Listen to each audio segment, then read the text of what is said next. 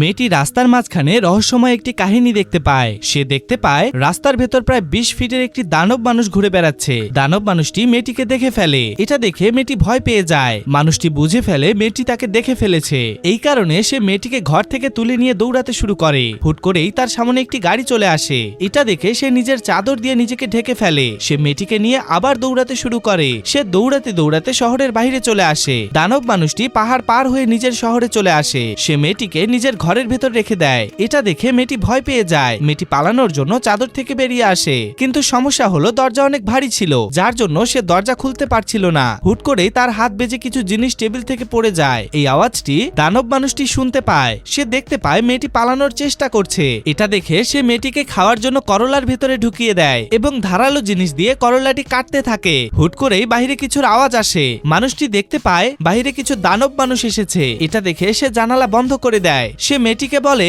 আমি কি তোমাকে আমার খাবার বানাবো? এটা দেখে মেয়েটি ভয় পেয়ে যায়। আবার মানুষটি বলে, আমি তোমাকে এখানে নিয়ে আসতাম না, কিন্তু তুমি আমাকে দেখে ফেলেছো, যার জন্য আমি তোমাকে আমার সাথে নিয়ে এসেছি। মেয়েটি তাকে অনুরোধ করে বলে, আমি কাউকে এই বিষয়ে বলবো না, আপনি শুধু আমাকে আমার বাড়িতে রেখে আসুন। কিন্তু দানবটি তার কথা শুনে না। মেয়েটি যেন পালাতে না পারে এই কারণে সে মেয়েটিকে উঁচু জায়গায় রেখে দেয়। মেয়েটি জিজ্ঞেস করে, আমাকে এখানে রেখে দিলেন কেন?